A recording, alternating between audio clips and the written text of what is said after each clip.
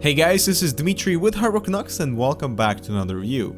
Fractal Design have figured out a formula when it comes to chassis design, and they're sticking to it. So this is the Arc Mini R2, a micro ATX chassis priced at $120. It's a relatively small micro ATX case, just like it should be, and like with pretty much all the Arc series, it's just a miniature version of the Arc XL or the Mini R2. They keep it simple, and I do like it. The tinted window, for example, is a beautiful addition to the Arc series, allowing you to show off your internals, and the brushed aluminum looking plastic front panel keep things elegant without adding to the cost, nor the need to clean the surface due to fingerprints.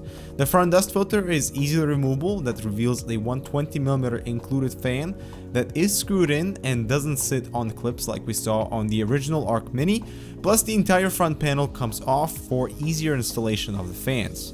At the top we get a fan controller for 5, 7 and 12 volts that would regulate the speed, 2 USB 3 ports, audio jacks and your PR buttons.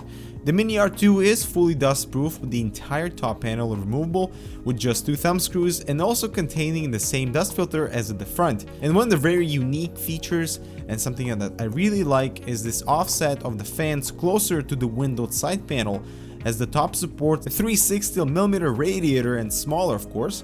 So Fractal Design have taken into account clearance for your CPU cables and any top heat sinks on your motherboard, so nothing should interfere with your radiator.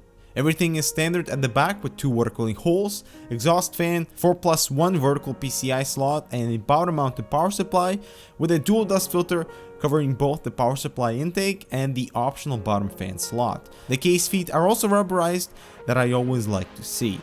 So let's take off both side panels and check out the internals. I really do love the tint of the window that I think more case manufacturers should implement. But first we notice are the 2 hard drive cages with metal drive caddies. These are one of the best drive brackets because there's no fear of them snapping like on a lot of the plastic ones. And they also feature rubber grommets for your mechanical drives, and SSDs are also supported. The top drive cage is removable with just 2 thumb screws to allow for better airflow penetration and longer graphics cards to be installed, as 10.5-inch cards are supported with the drive cage in place. You can also rotate the drive cage to face in the inside, not compromising on drive capacity, but still allowing a more direct airflow entrance. The power supply sits on rubber standoffs and there is some padding at the rear to really silence any vibrations, and if you wish to utilize the optional bottom fan intake, take note as longer units won't allow for clearance, so anything up to about 160 to 170mm should be alright. Now let's turn the Mini R2 around, and I am happy to see removable SSD brackets. It's about time we see more of these space efficient features to be implemented, and that's exactly what Fractal did.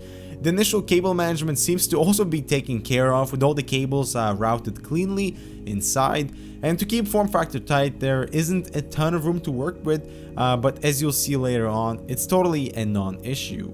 Now what's really impressive about the Mini R2 are the water cooling capabilities. Removing the bottom drive cage, you get clearance for a 240mm radiator that does not exceed 275mm in length.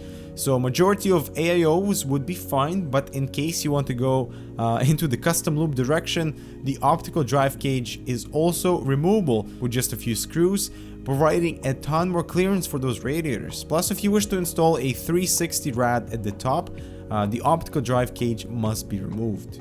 Now I'm sure that water cooling enthusiasts will be happy to see such flexibility, and starting with the assembly, mounting in our micro ATX board and routing all the essentials, there's absolutely no hiccups as rubber grommets are spread appropriately, and mounting in our GTX 590, the reference system looks awesome. Turning the case around, despite all these cables being sort of concentrated at the bottom there, you can still easily manage with 2 SSDs installed, and with the help of a few zip ties to secure the cables as close to the case as possible, so closing the rear panel is not an issue. And I am going to conclude with saying that working with every single Fractal Design case is a bit of a deja vu, in the sense that the main frame and the internal features are almost identical, and there are no reason to change this because they are extremely functional. Fractal is also staying on top of their game with SSD brackets and a very modular design, allowing for impressive water cooling capabilities in such a small form factor. Full dustproof with the removable filters has sort of become the standard, it seems, and the tinted window is gorgeous. But like with the Arc Mini, the $120 price tag may appear a little bit too high considering it's only a Micro ATX chassis. But it sure is worth it, especially if you're considering a slightly smaller form factor, and we're giving it the Hardware Canucks Damn Good award, because the Arc Mini R2 brings those extra enthusiast features in this competitive market, and now I'm really eager to see how the next revision will play out. So that concludes our review of the Arc Mini R2 from Fractal Design. Thanks guys for watching. Don't forget to subscribe for more similar content, and we'll see you in the next one.